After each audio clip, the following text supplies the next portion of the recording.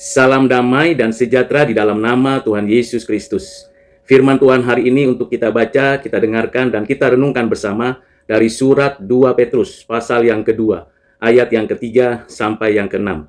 Demikianlah firman Tuhan. Karena serakahnya guru-guru palsu itu akan berusaha mencari untung dari kamu dengan cerita-cerita isapan jempol mereka.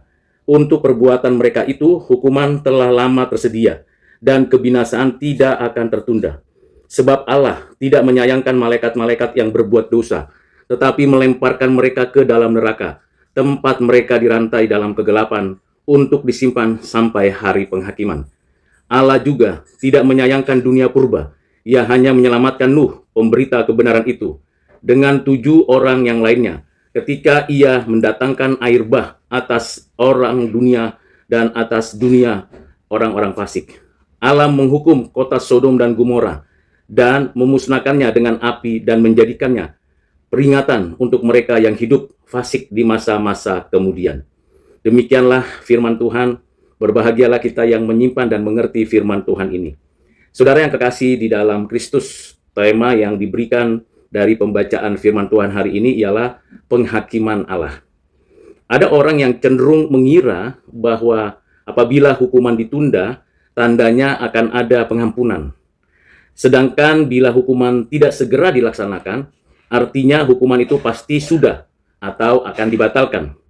Namun Rasul Petrus memberitahu kepada kita bahwa betapapun guru-guru palsu berhasil dan nampaknya berbuah, dan sekalipun itu terjadi untuk sementara waktu, namun hukuman telah tersedia bagi mereka.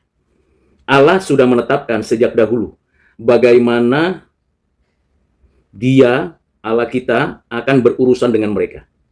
Orang-orang yang tidak percaya semacam itu berusaha memalingkan orang lain dari iman mereka telah dihukum, dan murka Allah ada pada mereka. Hakim yang adil dengan segera akan menyatakan pembalasan. Hari celaka mereka sudah dekat, dan segala sesuatu yang akan menimpa mereka akan segera terjadi. Untuk membuktikan pernyataan ini, di dalam ayat ini disampaikan beberapa contoh mengenai penghakiman dan penghukuman Allah yang adil dan membalas orang-orang berdosa, yang dimaksudkan supaya kita sebagai jemaat merenungkan dengan sungguh-sungguh. Pertama, lihatlah bagaimana Allah berurusan dengan para malaikat yang berbuat dosa. Perhatikan, tidak ada keunggulan yang dapat membebaskan seseorang berdosa dari hukuman. Dosa merendahkan dan menurunkan derajat orang yang melakukannya. Apapun yang kita lakukan berdosa akan menurunkan derajat kita. Mereka yang memberontak terhadap Allah yang di surga, semuanya akan dijebloskan ke neraka tanpa pengecualian. Dosa yang dilakukan manusia adalah perbuatan kegelapan, dan kegelapan menjadi upah bagi orang berdosa untuk selamanya.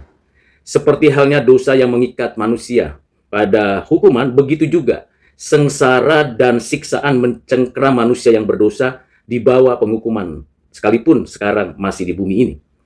Tingkat siksaan yang terakhir tidak diberikan sampai hari penghakiman. Kalaupun ada orang yang mengalami penghukuman karena berdosa, itu belum seberapa dari penghukuman final yang dinyatakan Tuhan pada hari penghakiman. Yang kedua yang perlu kita renungkan ialah bagaimana Allah berurusan dengan dunia lama dengan cara yang sama persis sebagaimana Dia berurusan dengan para malaikat. Banyak pelaku pelanggaran tidak lebih penting untuk memberikan kelonggaran dibandingkan dengan beratnya pelanggaran yang ada.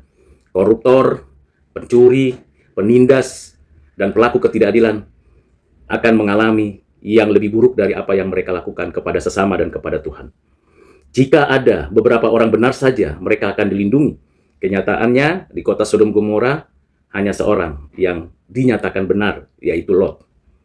Barang siapa menjadi pemberita kebenaran pada zaman di mana kebobrokan dan kemerosotan sudah menjadi hal yang umum, yang berpegang pada firman kehidupan dalam perilaku yang tidak bercela dan pantas diteladani, akan dilindungi di zaman kehancuran atas seluruh manusia.